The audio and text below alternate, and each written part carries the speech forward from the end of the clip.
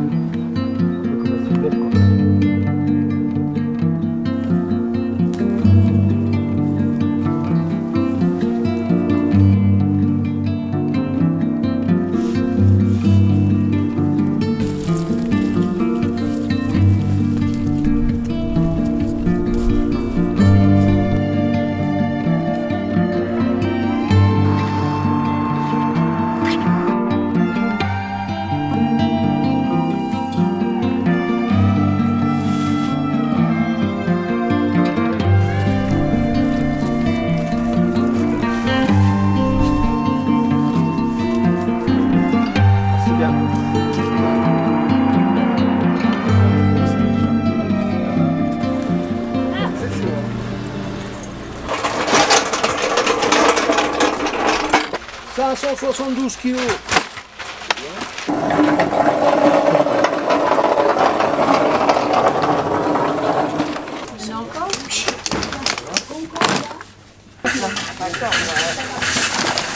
Allez, un homme fort, là. Ils sont où, les hommes forts? Ça, c'est trop. Ouais, là-dedans. Ils en donnent de moins en moins. Le restaurant, c'est pareil, ils calculent pour qu'il y en ait le moins possible. Ça, il va falloir s'attendre à avoir beaucoup moins. J'en sais rien. Nous travaillons avec l'ensemble des acteurs de ce secteur, à commencer par les collectivités, le département et la métropole, pour essayer de trouver des solutions à des problèmes parfois de locaux, à des problèmes d'affluence nouvelles sur certains publics. Aujourd'hui, par exemple, ce sont les étudiants, des étudiants précaires qui viennent de manière plus nombreuse dans les lieux et les centres d'aide alimentaire. Et aussi pour aider ces associations à compléter leur offre, car nous sommes aujourd'hui au Resto du Cœur. Les Restos du Cœur, c'est de l'aide alimentaire, mais pas que. C'est aussi des ateliers de français. C'est aussi de l'aide sur de l'accès aux droits, des choses comme ça. L'aide alimentaire, au fond, n'est qu'une première étape pour essayer d'aider à l'autonomie globale de la personne. Il reste 7 points en viande, elle mange de tout. D'accord. À part les côtes de porc. Pas de côte de porc. 2 steaks. Des nuggets. On va faire une nouvelle recette là. Ah ouais? Ouais. En salé alors? En salé.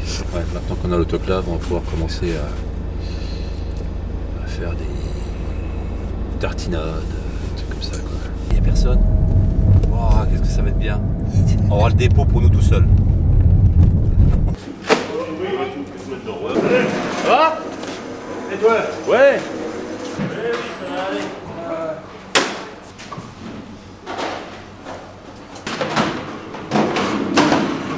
Les potirons derrière, sympa. Mais les tomates, bah, c'est... Ça c'est bien, ça dit. Prends ça. Ouais.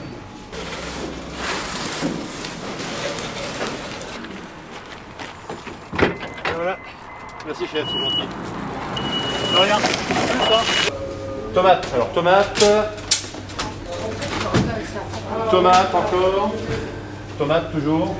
Le rôle du département, ça doit être de soutenir. Alors évidemment, on pense tout de suite à soutenir financièrement, mais ce n'est pas uniquement soutenir financièrement, même si ça reste nécessaire, mais c'est aussi soutenir en proposant des accompagnements aux personnes, en sollicitant la structure, peut-être en la poussant à effectivement se concentrer à la fois sur l'accompagnement des personnes et pas uniquement sur la production. liées à l'activité, soutenir en valorisant aussi, et soutenir en renforçant les liens avec d'autres partenaires.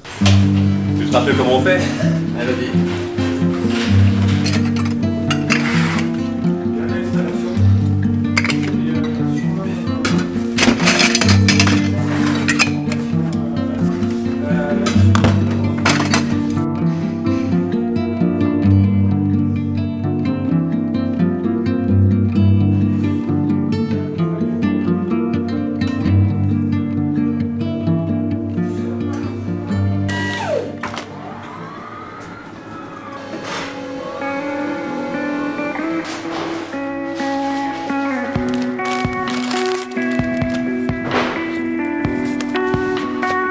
T'as cuisiné viande, je vais leur mettre ça. Nous avons la chance effectivement de pouvoir récupérer, notamment parce que nous avons ce qu'on appelle des plateformes sur le département, des produits frais et notamment des fruits et légumes. Nous avons obtenu des subventions dédiées de façon à ce que nous puissions acheter en circuit court, notamment de la viande et des œufs, parce que comme beaucoup d'associations caritatives, nous manquions de produits protéinés.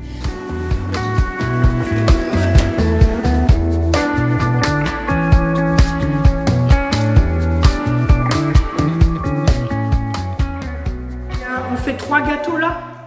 Il y a 3 gâteaux et de l'autre côté, Moïse a besoin de monde aussi. Liana, si je parle trop vite, tu me le dis. Tu as compris?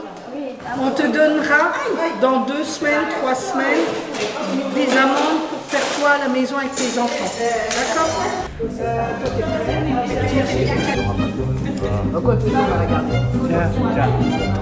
Tiens, vas-y.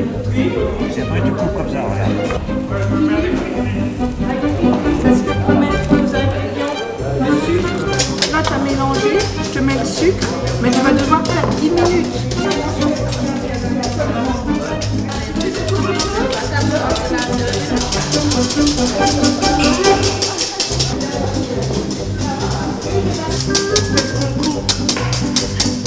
Là maintenant c'est bon, là c'est épaisseur, là c'est ruban. Enlever l'air, tu touches pas ta pâte. Hein.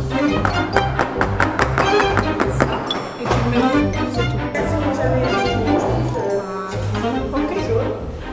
Voilà, c'est bon? Philippe, je te bombe. Ce travail se passe en coordination avec l'ensemble des institutions, l'ensemble des acteurs. C'est l'opportunité pour la métropole de lutter contre les fortes situations de précarité qui existent sur le territoire métropolitain et puis d'avoir une action nouvelle, d'avoir une action novatrice en lien avec les différents partenaires institutionnels. Le Covid a bousculé pas mal les choses et puis les récents événements internationaux également. On a un taux de pauvreté qui était sur le territoire métropolitain de plus de 18%. On a des situations qui sont effectivement inquiétantes en ce qui concerne l'ensemble de la population, y compris des jeunes, puisqu'il y a beaucoup d'étudiants sur le territoire métropolitain et la situation des jeunes aujourd'hui est également préoccupante. Ça c'est bien relevé, alors ça c'est la sauce, le relevé. Hein, voilà, tiens, on va en mettre un peu de sauce, ça parfume tout. Celui-là, là, ça parfume tout. Tu mets un peu d'avocat. Un peu de chaque. Un peu de chaque dessus et après tu roules comme une crêpe farcie. Ouais. Ah, fermé quoi. Voilà. C'est bon? Tu mets dedans et tu le roules. Et de la coriandre, ça aussi, ça parfume. Hein? Petit marron, je pense qu'on n'a pas. Vas-y, on voit.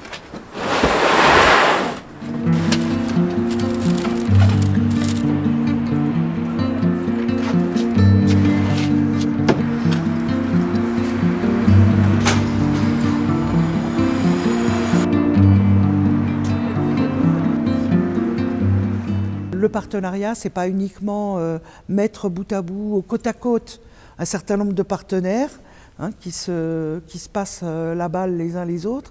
C'est créer cette cohérence-là.